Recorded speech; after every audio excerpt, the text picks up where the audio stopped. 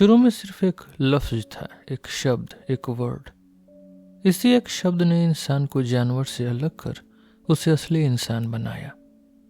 अगर हमारे पास नाम नहीं होते तो हमारा दिमाग सिर्फ उन्हीं चीजों को याद रख पाता जिन्हें आंखों ने देखा है। हम इंसानियत या बड़प्पन जैसी गहरी बातों के बारे में सोच ही नहीं पाते। इंसानियत की शुरुआत तब हुई जब किसी पुराने पूर्वज ने गुफा या पेड़ पर बैठकर अपना सिर खपाया होगा। उसने किसी चीज को उसका पहला नाम दिया होगा, एक ऐसा नाम जो एक जैसी दिखने वाली हर चीज के लिए हो, जैसे घर, जिसका मतलब दुनिया के सारे घर हों, या रोशनी, जिसका मतलब हर तरह का उजाला हो। उस पल से इंसान के दिमाग की तरक्की का एक नया और कभी न खत्म होने वाला रास्ता खुल गया। जैसे काम करने के लिए औजार जरूरी हैं, वैसे ही सोचने के लिए शब्द जरूरी हैं। भाषा कैसे शुरू हुई, यह सब बस एक अंदाजा ही है। शायद सबसे पहले यह एक जानवर का दूसरे को प्यार से बुलाने का तरीका था। इस हिसाब से तो पूरा जंगल और मैदान आवाजों से भरा पड़ा है। माँ का अपने बच्चों को बुलाना, खतरे का शोर या खुशी की चहचहाहट, यह सब इंसान की शानदार भाषा की तैयारी ही थी। फ्रांस के एक जंगल में एक जंगली लड़की मिली थी जो जानवरों के साथ पली थी। उसे बोलना नहीं आता था, वह सिर्फ भयानक तरीके से चीखती और चिल्लाती थी। हमें शायद जानवरों का शोर बेकार लगे, पर उनके लिए हर आवाज का एक मतलब होता है। वैज्ञानिकों ने पाया कि कबूतरों, कुत्तों और बंदरों की अपनी एक भाषा है।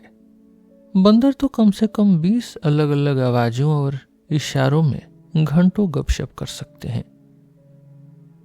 पुराने जमाने में इशारे ज्यादा जरूरी थे और बोलना बाद में आया। जब शब्द कम पड़ जाते हैं तो आज भी इंसान इशारों का ही सहारा लेता है। अमेरिका के पुराने कबीलों में अक्सर पति पत्नी अलग अलग भाषा बोलने वाले होते थे। वे सालों तक सिर्फ इशारों में अपनी बातें और सुख दुख साझा करते थे। शायद इंसान के पहले शब्द सिर्फ जज्बात थे, सिर्फ इमोशंस, जैसे डर या हैरानी में निकली कोई चीख। फिर धीरे धीरे इंसान ने कुदरत की आवाजों की नकल उतारनी शुरू की, जैसे किसी चीज के गिरने की आवाज, पानी की कलकल या किसी जानवर की दहाड़।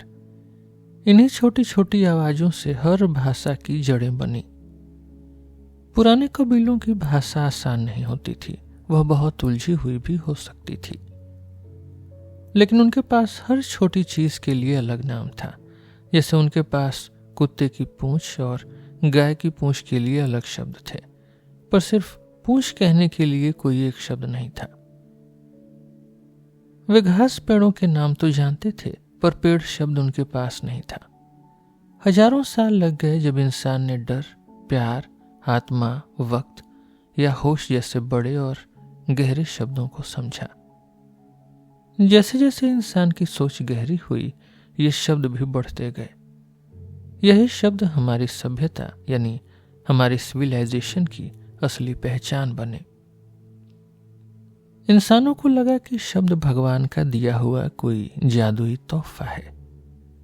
पुराने जमाने में शब्दों को जादू टोने की तरह इस्तेमाल किया जाता था। शब्दों की वजह से ही पढ़ाई लिखाई पॉसिबल हुई और एक पीढ़ी का ज्ञान, उनका नॉलेज दूसरी पीढ़ी तक पहुंच पाया। शब्दों ने ही इंसानों को एक साथ जोड़ा और नए नए विचारों के लिए रास्ते खोले। क्या दुनिया की किसी और मशीन या खोज ने नाम यानी नाउन जितनी ताकत दिखाई है? शायद कभी नहीं।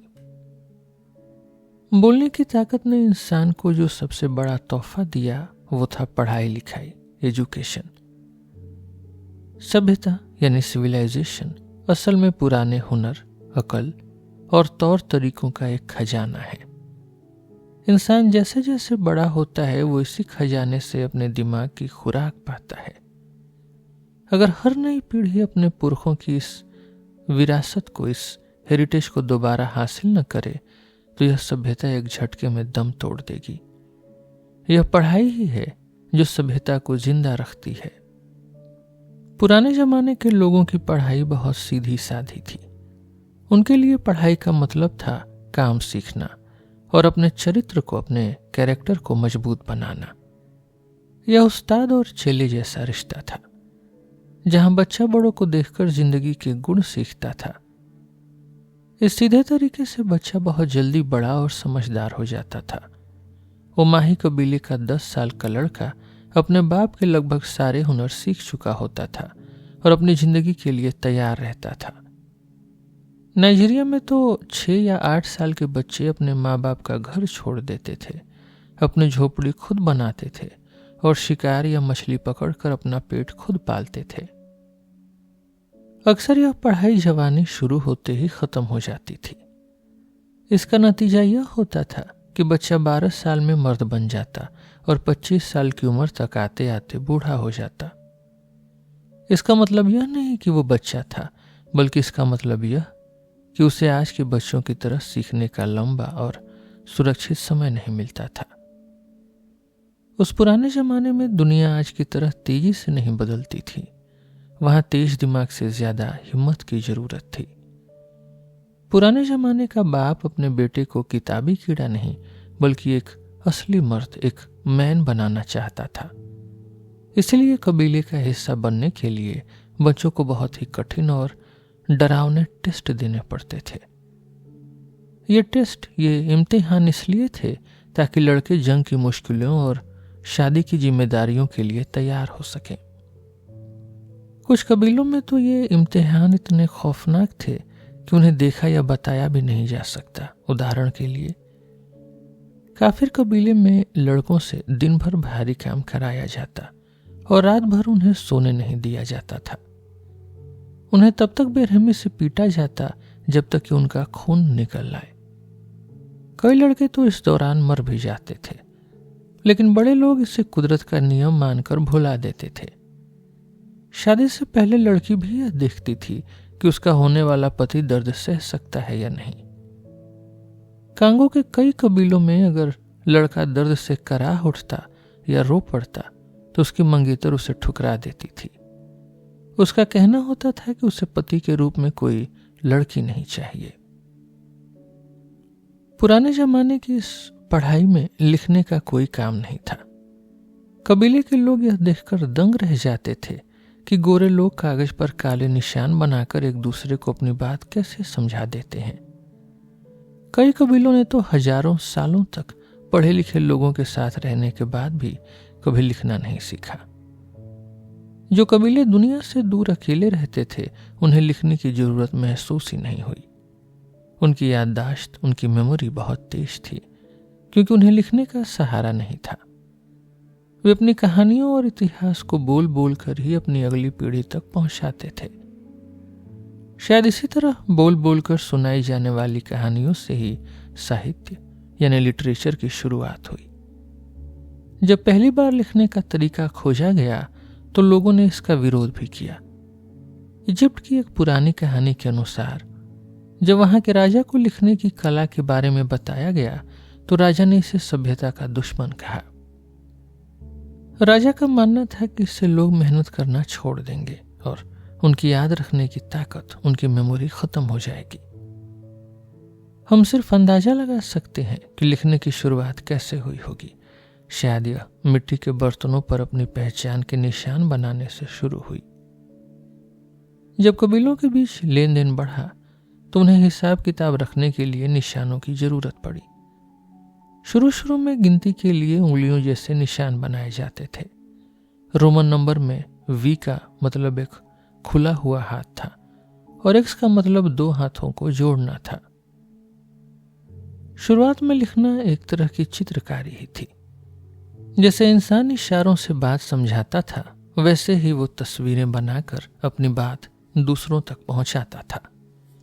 हर शब्द और हर अक्षर पहले कभी एक तस्वीर ही थी। चीन के लोग अपनी पुरानी लिखावट को इशारों वाली तस्वीर कहते थे। पेरू के लोग अलग अलग रंगों की रस्सियों में गांठ लगाकर अपनी बातें और हिसाब याद रखते थे। आज की हमारी शानदार लिखावट की शुरुआत इन्हीं छोटी और अजीब कोशिशों से हुई थी। दुनिया के अलग अलग कोने में लिखने के पुराने निशान यदा कदा मिलते रहे हैं। ईस्टर आइलैंड और प्रशांत महासागर के टापुओं पर कुछ ऐसी लिखावट मिली है जिसमें 51 अलग अलग निशान हैं। पुराने जमाने के लोग बताते हैं कि वहां के राजा और पुजारी इन निशानों को एक राज बनाकर रखते थे। साल में एक बार सब लोग जमा होते थे ताकि उन तख्तियों को, उन टैबलेट्स को पढ़वाया जा सके। लिखना उस समय कोई आम काम नहीं था, बल्कि उसे बहुत पवित्र और जादुई समझा जाता था। असल में लिखना ही वो सबसे बड़ी निशानी है जो एक सभ्य समाज, एक सिविलाइज्ड सोसाइटी और एक पुराने कबीले के बीच फर्क पैदा करती है। शुरू शुरू में साहित्य यानी लिटरेचर कागज पर नहीं बल्कि जबान पर था। यह पुजारियों द्वारा गाए जाने वाले मंत्र या जादू के शब्द हुआ करते थे जिन्हें लोग रट लेते थे। जिन्हें आज हम कविता कहते हैं, वो पुराने जमाने में जादुई असर पैदा करने के लिए गाई जाती थी। धीरे धीरे इन्हीं पुजारियों में से शायर और इतिहासकार, पोएट्स और हिस्टोरियंस पैदा हुए।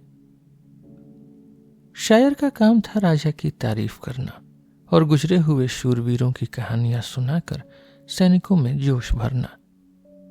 सोमाली कबीलों में तो ऐसे शायर होते थे जो गांव-गांव जाकर बहादुरी के गीत गाते थे। वे प्यार के बारे में कम बल्कि जंग और माँ बाप और बच्चों के रिश्तों पर ज्यादा लिखते थे। ईस्टर आइलैंड की एक तख्ती पर एक पिता का दर्द लिखा है जिसकी बेटी जंग की वजह से उससे दूर हो गई। मेरी बेटी की नाव जिसे कोई दुश्मन नहीं तोड़ पाया, मेरी बेटी की नाव जिसे कोई साजिश डुबा नहीं सकी। वो हर लड़ाई में हमेशा जीती, उसे कोई जहर भी नहीं दे सका। पर क्या मेरा यह दुख कभी कम होगा जबकि हमारे बीच यह बड़ा समंदर खड़ा है। ओ मेरी बेटी, ओ मेरी बेटी। यह पानी का रास्ता बहुत लंबा है, जहां तक मेरी नजर जाती है मैं तुम्हें ही ढूंढता हूं, मेरी बेटी, ओ मेरी बेटी। विज्ञान, साइंस।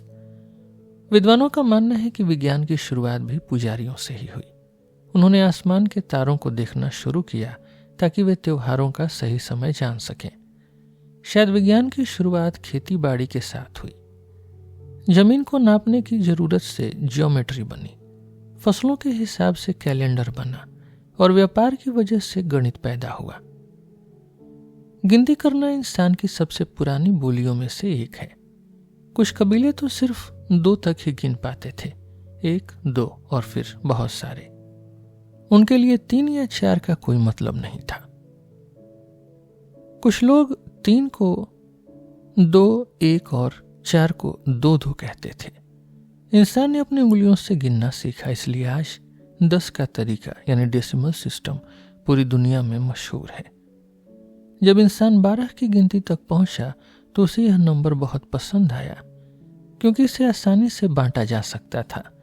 इसलिए आज भी साल में 12 महीने होते हैं और 1 दर्जन में 12 चीजें। दूसरी तरफ 13 का नंबर कभी किसी से नहीं बटा, इसलिए उसे आज भी मनहूस और अशुभ माना जाता है।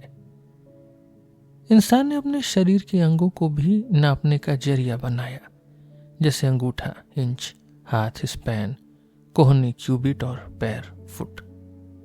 हिसाब लगाने यानी कैलकुलेट वाले शब्द का असली मतलब है छोटा पत्थर, कैलकुलस, क्योंकि पुराने लोग कंकड़ों से गिनती करते थे। आज के बड़े बड़े कंप्यूटर और पुराने जमाने के उन छोटे कंकड़ों के बीच का सफर बहुत लंबा है, पर इंसान की जरूरत वही रही है, अपनी जिंदगी का हिसाब किताब रखना। एक मशहूर लेखक ने कहा था कि एक ईमानदार इंसान को अपनी 10 उंगलियों से ज्यादा गिनती की जरूरत नहीं होनी चाहिए और बाकी सब उसे कुदरत पर छोड़ देना चाहिए।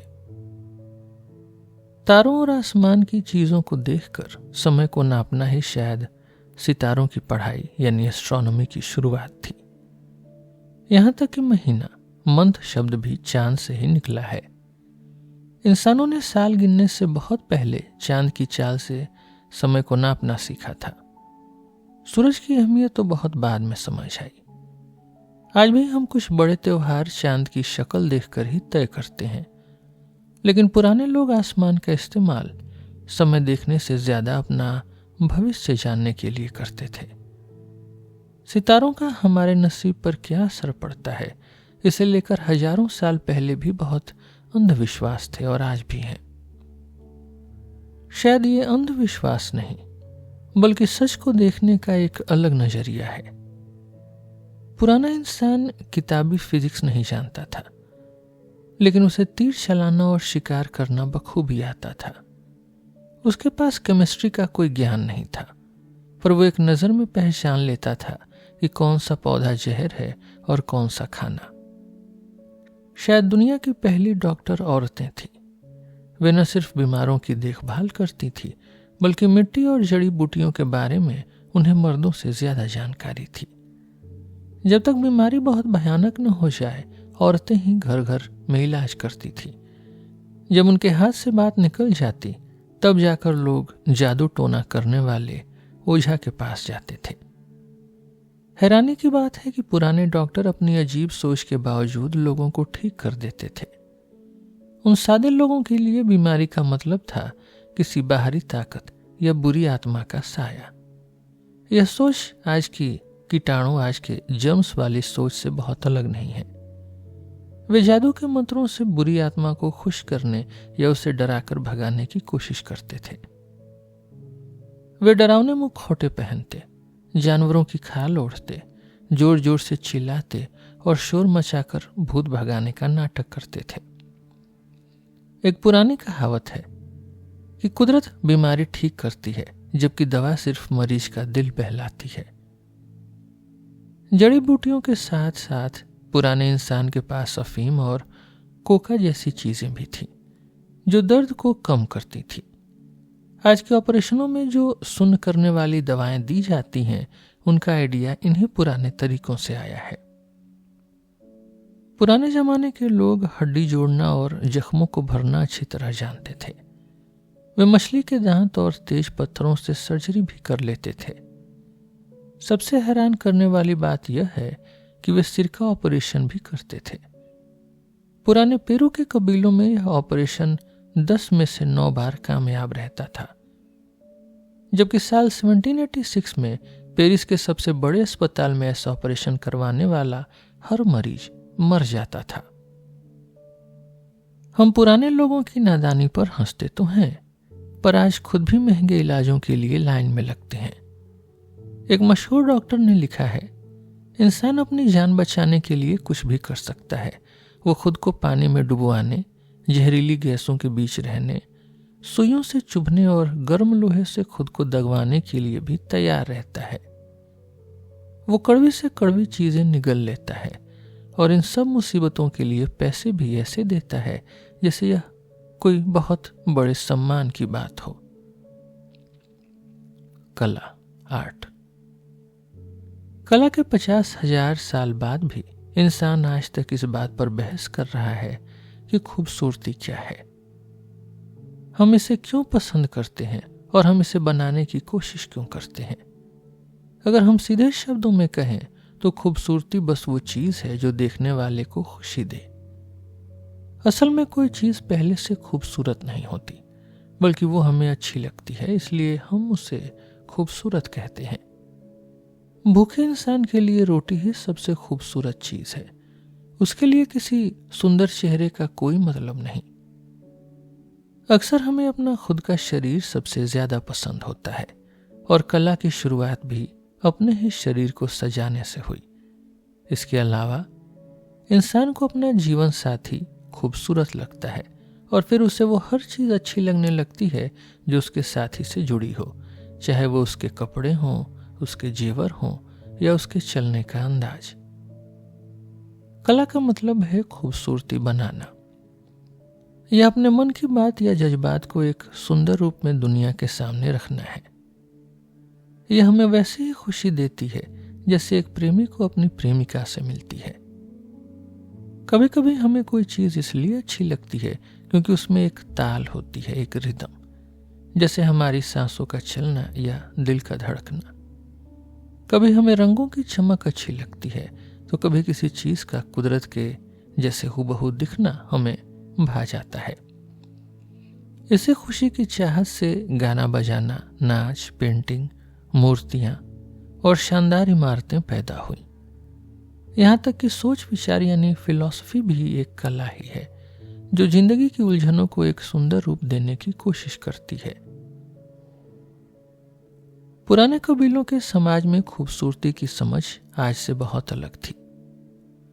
उस जमाने का इंसान बीवी चुनते वक्त उसकी खूबसूरती नहीं बल्कि उसका काम देखता था। उसे इस बात से कोई फर्क नहीं पड़ता था कि उसकी बीवी की शक्ल कैसी है, बस उसके हाथ मजबूत होने चाहिए थे ताकि वो काम कर सके। एक कबीले के सरदार से जब पूछा गया कि उसकी कौन सी बीवी सबसे ज्यादा सुंदर है तो उसने माफी मांगते हुए कहा कि उसने कभी इस बारे में सोचा ही नहीं, उसके लिए तो काम करने वाली हर औरत एक जैसी ही थी। अक्सर पुराने लोगों की पसंद हमें अजीब लग सकती है। अफ्रीका के कई इलाकों में मोटी और भारी शरीर वाली औरत को ही सबसे सुंदर माना जाता था। नाइजीरिया में तो खूबसूरती और मोटापे को एक ही बात मानी जाती थी। वहां की सबसे सुंदर औरत उसे कहते थे जो इतनी भारी हो कि बिना दो गुलामों के सहारे के चल भी न सके। एक परफेक्ट खूबसूरती उसे माना जाता था जिसका वजन एक ऊंट के बराबर हो। सोमाली कबीले के मर्द अपनी बीवियों को एक लाइन में खड़ा करते थे और उसे चुनते थे जिसका शरीर पीछे की तरफ से सबसे ज्यादा बाहर निकला हुआ हो। आपको शायद यकीन न हो, लेकिन पुराने जमाने में मर्द औरतों से ज्यादा सजते संवरते थे। दुनिया के ज्यादातर पुराने कबीलों में सजना संवरना और गहने पहनना सिर्फ मर्दों का काम था। कई कबीलों में तो मर्द अपना सारा दिन सिर्फ खुद को सजाने में बिता देते थे। कला का सबसे पहला रूप अपने शरीर पर रंग लगाना था। ऑस्ट्रेलिया के आदिवासी अपने साथ हमेशा लाल, सफेद और पीला रंग रखते थे ताकि समय समय पर अपनी खूबसूरती को चमका सकें। आम दिनों में वे सिर्फ गालों और कंधों पर रंग लगाते थे, लेकिन किसी त्योहार के मौके पर वे तब तक चैन से नहीं बैठते थे जब तक उनका पूरा शरीर रंगों से भर न जाए। उन्हें बिना रंग के खुद को देखना शर्मिंदगी भरा लगता था।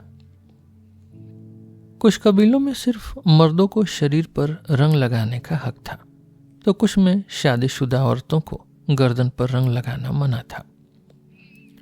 लेकिन औरतों ने बहुत जल्दी दुनिया की सबसे पुरानी कला सजना संवरना यानी कॉस्मेटिक सीख ली। जब कैप्टन कुक न्यूजीलैंड पहुंचे तो उन्होंने देखा कि जब उनके नाविक किनारे से वापस आए तो उनकी नाकों पर लाल और पीला रंग लगा था। वहां की हसीनों का रंग उन पर चढ़ गया था।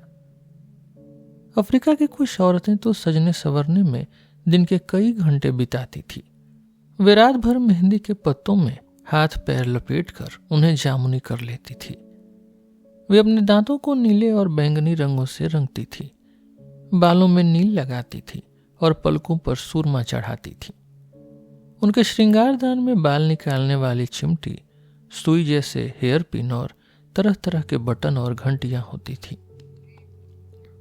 पुराने इंसान को लगा कि पेंटिंग तो मिट जाती है, इसलिए उसने गोदना यानी टैटूइंग और शरीर पर गहरे निशान बनाना शुरू किया ताकि सजावट हमेशा बनी रहे। कई कबीले में औरतें और मर्द दोनों ही बिना डरे अपने होठों तक पर गोदना करवाते थे। ग्रीनलैंड में माएं अपनी बेटियों को बचपन में ही गुदवा देती थी ताकि उनकी शादी जल्दी हो जाए। अक्सर लोग अपनी खाल को ही कुरेद कर गहरे जख्म बना लेते थे ताकि वे खूबसूरत दिखें या अपने दुश्मनों को डरा सकें। जैसा कि एक लेखक ने कहा, उनके पास कढ़ाई करने के लिए कपड़े नहीं थे, इसलिए उन्होंने अपनी खाल पर ही कढ़ाई कर ली। लोग अपने होठों और कानों में बड़े बड़े छेद करके उनमें लकड़ी के गुटके यानी प्लग्स पहनते थे। कुछ कबीले तो नाक में छल्ला पहनना इतना जरूरी मानते थे कि वे सोचते थे कि इसके बिना मरने वाले को अगले जन्म में भयानक तकलीफें होंगी। आज की औरतें भी कान छिदवाती हैं और चेहरे पर पाउडर लगाती हैं, पर हम उन जंगली लोगों की आदतों को देखकर हैरान होते हैं। कपड़ों की शुरुआत ठंड से बचने या शर्म की वजह से नहीं, बल्कि सजने संवरने और खुद को अट्रैक्टिव दिखाने के लिए हुई थी। कुछ लोग तो कड़ाके की बर्फ में भी नंगे ही घूमते हैं। जब डार्विन ने कबीले के आदमी को ठंड से बचने के लिए लाल कपड़ा दिया तो उस आदमी ने उसे फाड़कर पट्टियां बना ली और उन्हें गहनों की तरह गले में पहन लिया। वे नंगे रहने में खुश थे, बस सजना चाहते थे। ब्राजील के लोग कपड़े सिर्फ फैशन के लिए पहनते थे। कभी कभी वे घर से सिर्फ एक टोपी पहनकर निकल जाते थे और बाकी कपड़े घर छोड़ देते थे। औरतों के लिए भी कपड़ों का मतलब शरीर पूरी तरह ढकना नहीं, बल्कि अपनी खूबसूरती को और ज्यादा उभारना था। हजारों साल बीत गए, दुनिया बदल गई, पर इंसान की नेचर नहीं बदली।